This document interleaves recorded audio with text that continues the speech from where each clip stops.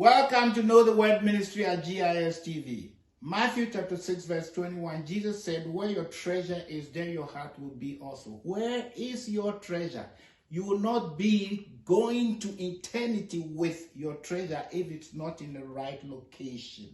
We see we're dealing with God's vision, and we have dealt with this gospel to a degree. Now, this gospel touches many areas within the Bible.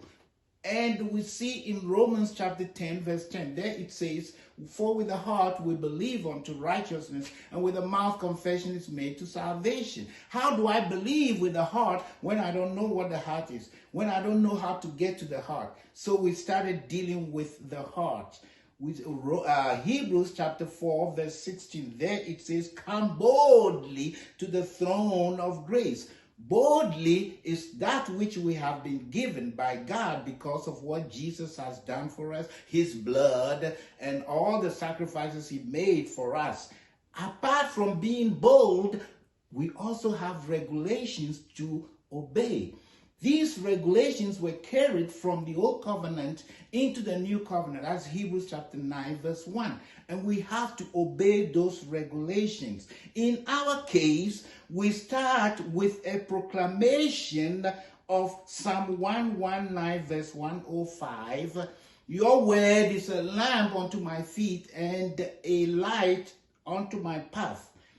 God, when he created the earth, he started with the word. So any spiritual transaction that we need to do, we have to start with the word.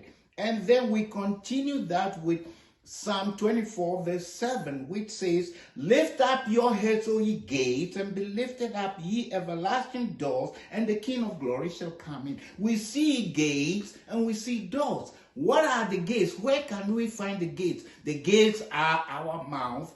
And what about the doors? The doors are leading to the heart. So between the gates and the doors, we need to be thankful. We need to be praising God. We need to be blessing God in between before getting to the door. Now, we see boldness.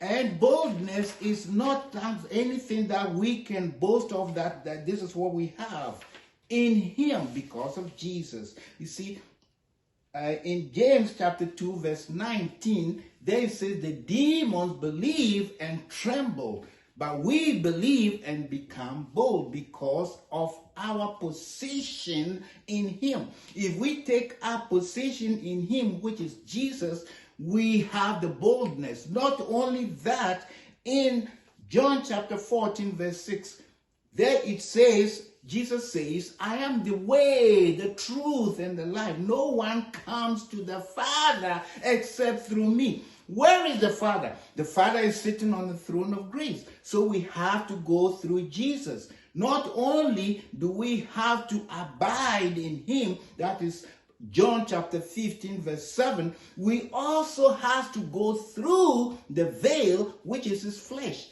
That will be leading us into the throne of grace. And our question will be, what do we do at the throne of grace? What is God expecting from us at the throne of grace?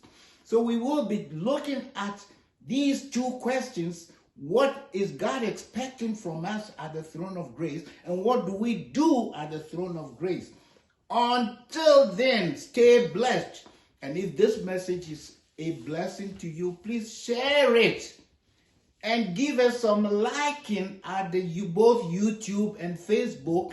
And subscribe to our YouTube channel. Also, visit us at godisspeaking.info.